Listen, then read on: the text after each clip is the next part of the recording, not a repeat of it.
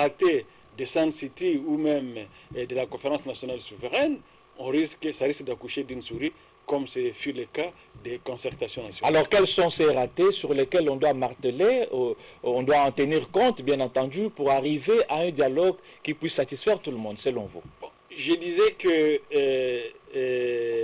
nous sommes dans une crise. Un des points importants dans ce dialogue, c'était l'organisation des élections.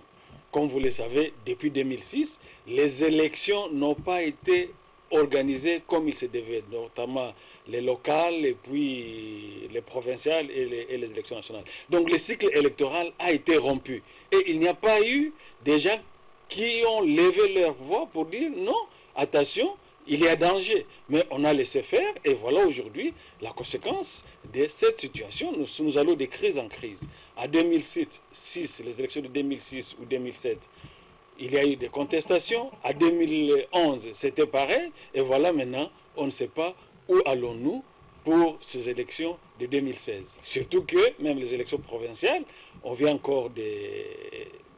déjà de rater le rendez-vous des élections provinciales et locales telles que c'était prévu dans le calendrier électoral nous proposé par la CENI. Alors, selon vous, à vous entendre parler, c'est comme si techniquement parlant, il serait difficile d'organiser des élections dans le délai constitutionnel à ce jour? Ah, bon, là, j'aimerais ne pas parler le langage de bois. Je pense qu'il faut être sincère. Techniquement parlant, on ne sait plus organiser les élections dans le délai. D'après certains spécialistes, ils disent, pour organiser les élections comme il se doit, il faut au moins 22 mois. Et ici, je pense qu'on est maintenant à 12 mois. On est à 12 mois de l'échéance. Alors, comment combler ce gap de 11 mois? Donc, effectivement, comme vous venez de le dire, il faut qu'on dialogue pour voir comment faire face à cette situation qui s'assimile à une situation de blocage. Donc, il faut dialoguer pour glisser, en d'autres termes. Merci beaucoup. Je ne sais pas s'il faut dialoguer pour glisser, mais il faut dialoguer pour résoudre la crise congolaise, surtout la crise électorale. Donc, dialoguer pour savoir comment on va sortir de ce piège, comment on va sortir de cet obstacle qui, en tout cas, pour moi, la situation maintenant est incertaine par rapport à l'organisation des élections en novembre ou décembre 2016. Alors pourquoi, depuis un certain temps, ça devient difficile dans notre pays de respecter chaque mandat le délai tel que prévu dans la Constitution? Pourquoi on doit chaque fois chercher à dialoguer ou chaque fois chercher à repousser? Selon vous, qu'est-ce qui justifie cet état de choses? Oui, c'est un peu difficile à le dire comme ça en quelques mots. Mais ici, je pense, comme je l'ai dit, on ne respecte pas, disons, les engagements pris. Je vous ai parlé de toutes les résolutions qui ont été coulées dans la Constitution, disons les résolutions de dialogue intercongolais de Sun City, mais il n'y a pas eu un suivi, il n'y a pas eu un courant qui a pu se développer pour soutenir ou défendre les résolutions du dialogue intercongolais de Sun City. C'est pourquoi je dis, cette logique même, c'est ça même le problème.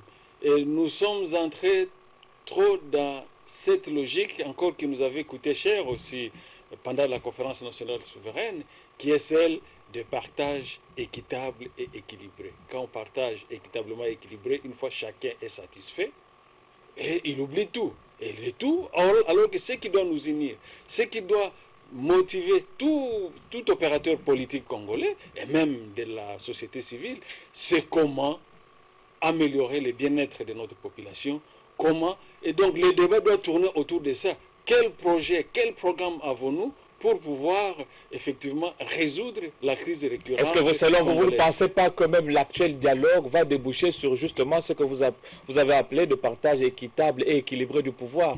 Est-ce que ce n'est pas la voie à suivre pour arriver à une certaine accalmie dans le pays, selon vous? C'est ça le mal aussi congolais, c'est l'opportunisme. Et d'ailleurs, on le voit aussi, avec tout ce qui se passe aujourd'hui au niveau de la politique, on a tendance à dire, ok, donc c'est-à-dire on a institué la corruption, c'est-à-dire on dit, j'obtiens votre silence, voilà, vous avez le poste. Et sinon, vous n'avez pas le poste. Donc, ça, c'est l'institutionnalisation de la corruption.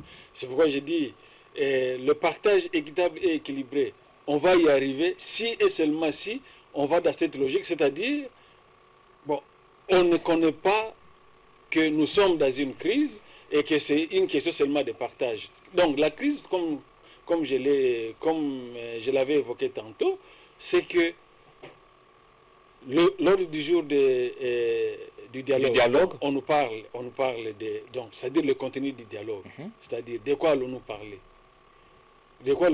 bon, tel que ça se dessine ou tel que maintenant ça, nous l'avons suivi à travers la presse, on va parler des élections apaisées, du financement des élections. Et après, c'est ça encore la question. Financement des élections, oui. Élections apaisées, oui. Nous avons besoin des élections apaisées.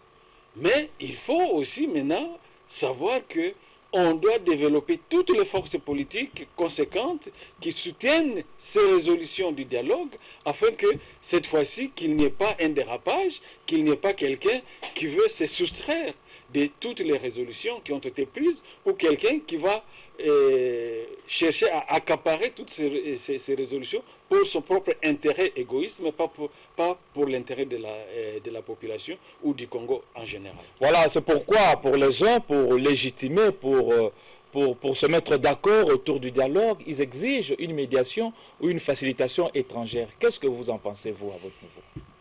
Bon, on peut avoir une médiation étrangère, tout comme on ne peut pas l'avoir. Mais la médiation étrangère a l'avantage de rassurer toutes les classes ou toutes les composantes ou tous les participants à ce dialogue pour dire probablement ils n'auraient pas des idées derrière la tête, donc ils seraient neutres quant à ce. Mais je pense aussi, de l'autre côté, nous sommes suffisamment majeurs pour pouvoir prendre notre destin en main. Cela va dans comment on va élaborer le règlement intérieur de ces dialogues et comment on va prendre des résolutions ou des dispositions pour que tout le monde puisse respecter les résolutions de ces dialogues. Voilà, le paysage, on va continuer. Le paysage politique actuel se présente de la manière suivante, monsieur le député national. Il y a le G7 qui a quitté la majorité, entraînant la démission de certains membres du gouvernement, la démission de certains membres du bureau de la CENI, et puis on a vu l'entérinement de nouveaux membres du bureau de la CENI, suivi par la démission de la questeur de la CENI. En fait, c'est dans ce paysage, dans cet imbroglio, la question est toute simple. Que vous inspire la classe politique congolaise à l'heure actuelle au regard de ce comportement qui est présenté à la face du monde? Oui, je comprends que vous êtes vraiment décidé à chercher à comprendre ou à me tirer le verre du nez, parce qu'effectivement... Pas tirer le verre du nez, mais comprendre ce qui se passe exactement, puisque vous êtes un acteur politique. Merci beaucoup, parce qu'effectivement, toutes les questions, nous semblions tourner autour du pot par rapport à la première question, mais cette question vient résumer, effectivement, tout ce qu'on a dit. En fait, que m'inspire la classe politique congolaise? D'abord, une chose, c'est que la crise du G7, moi, je la situe à quel niveau? Je la situe au niveau où nous, les politiciens congolais, nous avons confondu la plateforme et le parti politique. En fait, la plateforme, c'est des partis politiques qui s'accordent sur un point donné, soit ça peut être les élections, ou ça peut être un problème donné, et là on crée une plateforme pour résoudre ce problème. Et dans le cas d'espèce, c'était la plateforme pour gagner les élections. Et on a gagné les élections. Alors là où je parle de la confusion, la plateforme ne peut pas être au-dessus du parti. La plateforme a un programme minimal, alors que le parti politique a un programme maximal.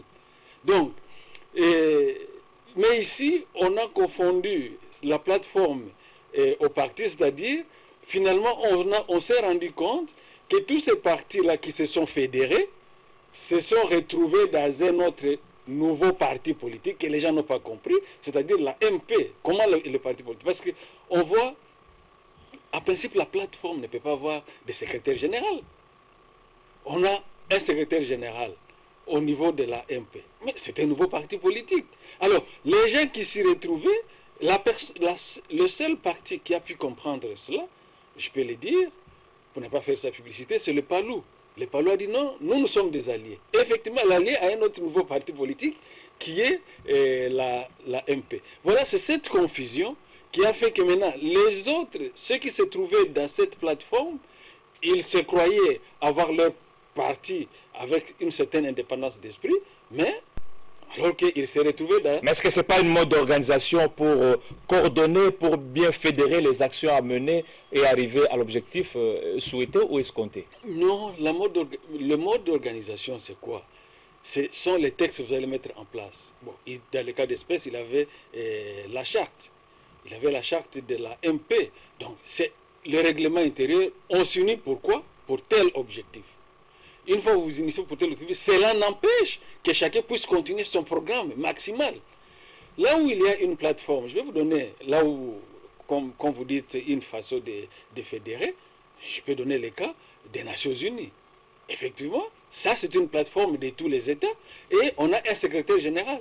Mais vous ne me direz pas que le secrétaire général des Nations Unies est au-dessus, par exemple, de Obama. Mais monsieur le député, vous allez chercher très loin l'exemple d'un pays à vieille tradition démocratique. Est-ce que nous en sommes là, nous? Non, au même titre que les États-Unis? Non, même ici. Nous sommes encore dans la phase de balbutiement, semble-t-il. Non, j'ai dit ceci. En fait, quand on a une plateforme, on ne peut pas avoir une structure comme celle des Nations Unies où on a un secrétaire général. On a toute une structure d'un parti politique. D'accord. C'est une plateforme d'action. Ici, c'est pour... L'action, c'est quoi? C'est gagner aux élections. Ça, c'est limite là. Alors, pour revenir à ce que vous inspirez la classe politique, vous avez parlé donc la confusion au niveau des partis politiques et de la plateforme. Et en deuxième lieu? Oui, en deuxième lieu, bon, après cette confusion, maintenant, on arrive à un autre point, et je pense quand même, nous allons tous nous inspirer de cette expérience de G7, c'est-à-dire on arrive à ce qu'on venait de dénoncer. C'est pourquoi je disais que votre question rejoignait la première question, c'est qu'on a dénoncé le partage équitable et équilibré. Donc les gens se réunissent soit pour gagner, pour se partager le poste. Mais on ne voit pas, donc on prend le Congo comme un gâteau, on se partage les gâteaux. Une fois on se partage les gâteaux, qu'est-ce qu'on a? Il n'y a plus rien. Donc nous risquons de faire disparaître le Congo dans ces conditions. Comment voulez-vous? Ici nous avons maintenant, et cela nous a bien clairement montré que nous sommes face à une situation où c'est le militant qui est à la une plutôt que le méritant. Comment on va... Bon, soit, je peux comprendre qu'il y ait les démissions des ministres, donc les hauts cadres des partis. Mais quand on fait la chasse à l'homme, même les gens du protocole, ce n'est pas que je minimise le travail du protocole, mais ce n'est pas le travail des hauts cadres. On s'attaque aux gens du protocole. Là, on crée même des aigris qui peuvent encore nous mener la vie difficile. Alors, selon vous, quelle est la meilleure solution ou la meilleure stratégie? Non, d'abord, la meilleure stratégie, c'est avoir effectivement des partis qui comprennent que les partis politiques ou la politique, ce n'est pas l'art de faire croire. C'est-à-dire l'art de faire croire, je veux dire par là, faire croire aux gens qu'on travaille pour eux, alors qu'on est en train de travailler pour se vendre. Faire croire aux gens qu'on est en train de chercher à ce que tous les Congolais se retrouvent. D'ailleurs, ça me rappelle, ce matin j'ai suivi le vrai donneur des leçons. Il est revenu même, il commence à faire marche arrière par rapport à ce programme. Je cite le Fonds monétaire international, qui a pour une fois osé à dire que la croissance économique du Congo ne profite pas à tous les Congolais, parce qu'à l'époque, pour être considéré comme étant un bon gestionnaire, il fallait être apprécié par le Fonds monétaire international. Et avec les programmes d'ajustement structurel, on a vu les dégâts que cela a pu causer. Oui, le passe. Donc, avec tout ça, quand le Fonds monétaire international lui-même remet en question maintenant son projet, je pense à nous aussi de revoir toute notre stratégie d'action pour le développement de ces pays, pour le bien-être du Congolais. Voilà, on va poursuivre. Je le disais tantôt, vous êtes l'élu de Béni, dans la province du Nord Kivu, une province qui a trop souffert des affres de la guerre, avec une situation d'insécurité presque récurrente. Mais il me semble qu'il y a une certaine accalmie. Alors, selon vous, qu'est-ce qu'il faut? Est-ce qu'il faille tenter une nouvelle idée pour mettre fin à l'insécurité, ou bien se contenter du statu quo? Bon, vous avez dit qu'il y a une certaine accalmie, mais je pense peut-être accalmie dans certains coins, mais si vous parlez surtout à l'élu comme moi, l'élu de Béni, qu'il y a une certaine accalmie, j'ai dit non, ce n'est pas vrai. À un certain moment, oui, il avait une certaine accalmie, mais au moment où je vous parle, même pas plus tard qu'hier soir, il y a eu encore des attaques à l'arme lourde entre les FARDC, il y a eu des morts, on a enlevé même des gens. Donc, contrairement au passé où il y avait vraiment, c'est à chaque instant qu'on parlait de Béni, mais vous n'avez pas remarqué que...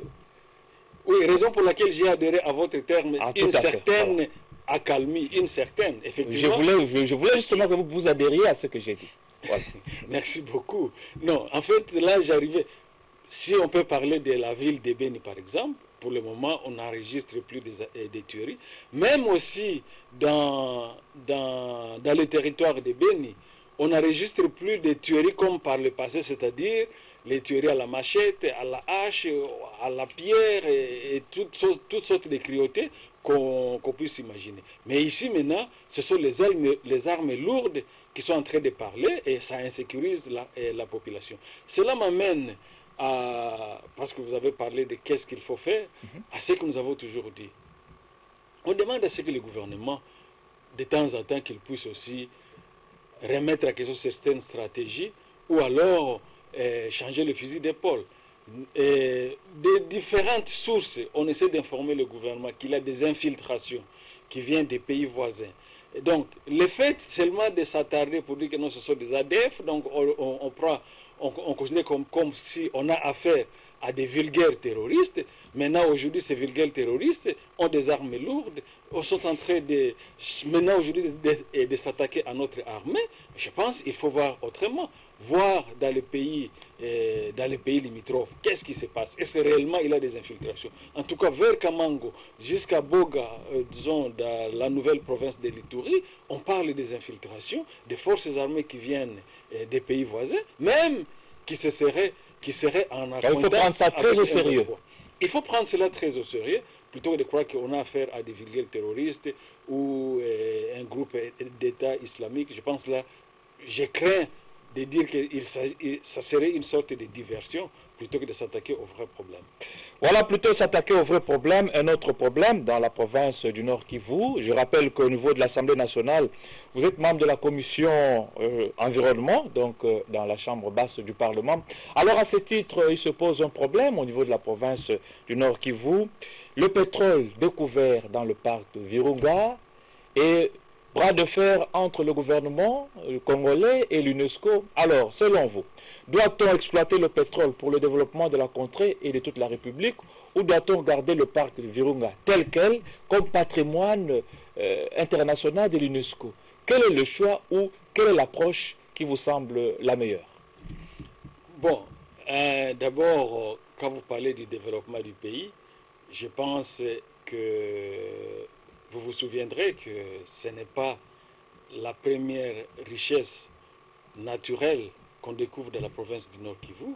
Nous avons eu à découvrir le coltan, la cassitérite, et ça fait le boom économique de la province, mais aussi ça a apporté la guerre dans la province.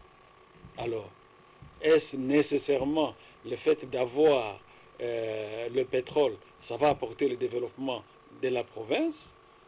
Je n'oserais pas franchir ce pas pour dire oui. Deux, et le pétrole, on l'a découvert dans le parc national de Virunga, mais ce n'est pas seulement dans le parc national de Virunga. Tout le bassin de la cuvette centrale regorge du pétrole.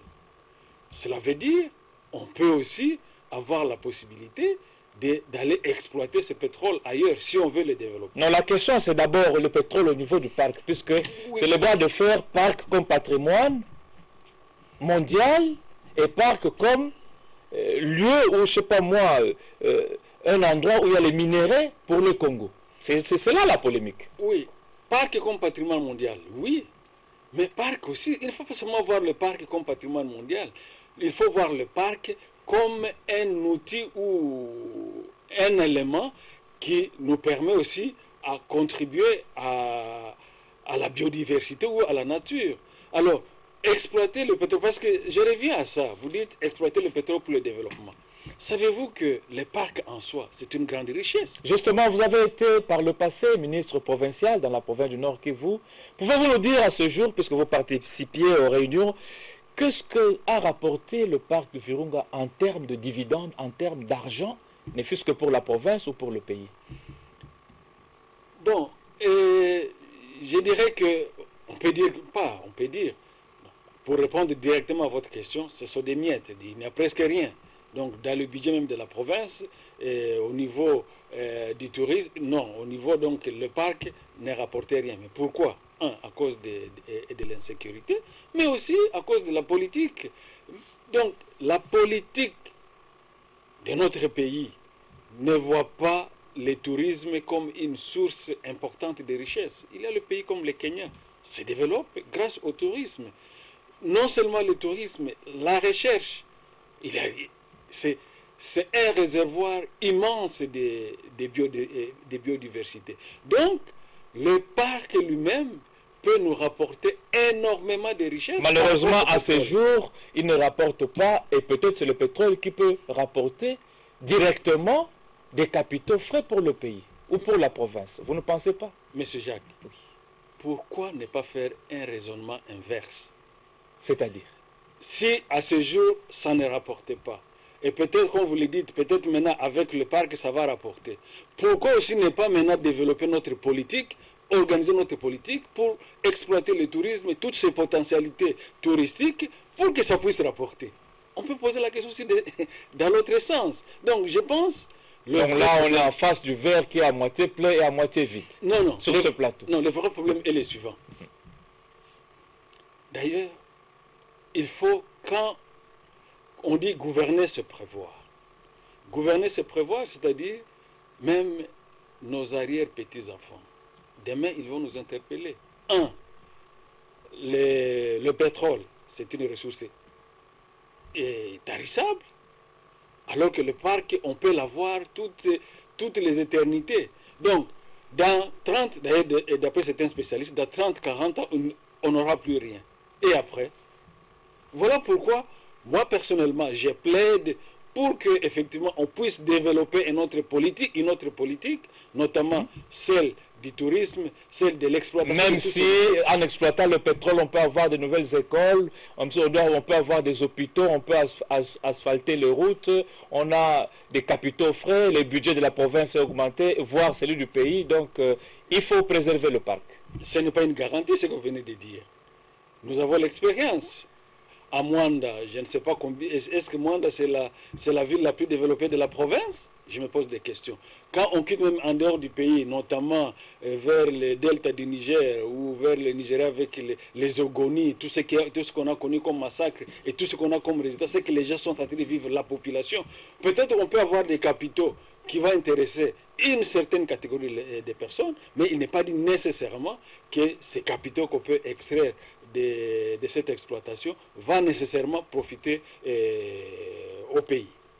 Voilà, c'est votre point de vue et je vous pose une question également en rapport avec l'Assemblée nationale ou votre commission environnement. Et, le Tchad cherche de l'eau venant de la République démocratique du Congo.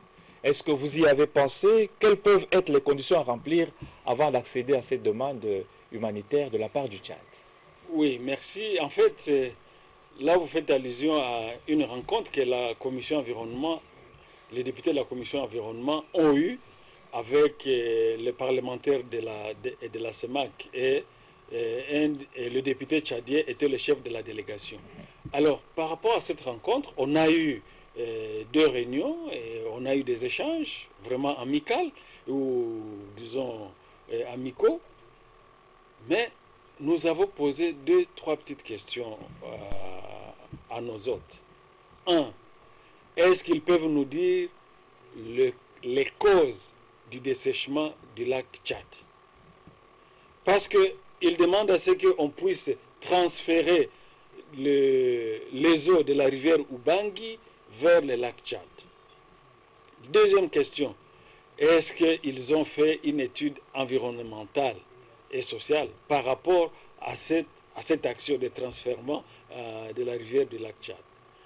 Malheureusement, nos hôtes n'avaient pas encore fait même des études. Est-ce que ce n'est pas à nous à faire ça, à faire ces études, savoir quelle sera la conséquence au cas où on accède à leur demande, quel deviendra Ubangi chez nous? Est-ce que ça ne risque pas de provoquer les mêmes effets que le lac Tchad? Est-ce que ce n'est pas à nous à faire cette étude?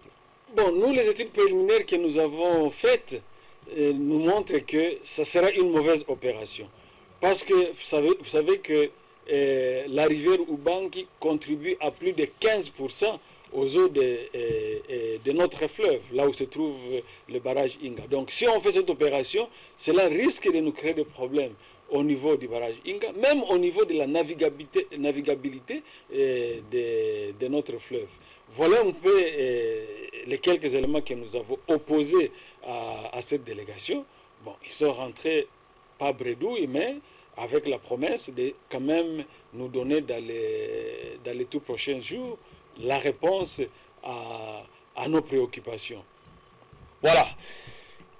Monsieur Djouma Balikwisha, dialogue entre Congolais qui profile à l'horizon, et également la situation sécuritaire dans la province du Nord Kivu, l'exploitation pétrolière au parc Virunga. Que dire en définitive, puisque là nous sommes arrivés à la fin de cette émission, invité de la rédaction, que dire par rapport à toutes ces questions très rapidement et on se sépare. Oui, d'abord je vais répéter ce que j'ai dit tantôt. C'est un message que je lance aux politiciens congolais, c'est que de ne pas considérer la politique comme un art de faire croire. Non, il faut considérer la politique ou un parti politique comme ayant comme objectif de pouvoir transformer la société. Quand je dis transformer la société, il ne faut pas voir ça en termes d'équipement, même au niveau du mental, au niveau de la pensée, pour voir comment effectivement on peut organiser notre société pour le bien-être du peuple congolais en général. Voilà, merci beaucoup mesdames et messieurs, c'était là l'invité de la rédaction. On recevait pour vous monsieur Djouma Balikwisha, député national, élu de Béni de la province du Nord Kivu. En tout cas, on a fait le parcours des questions d'actualité. Merci de nous avoir apprêté votre attention et bonne suite de programme sur la RTGA. Au revoir.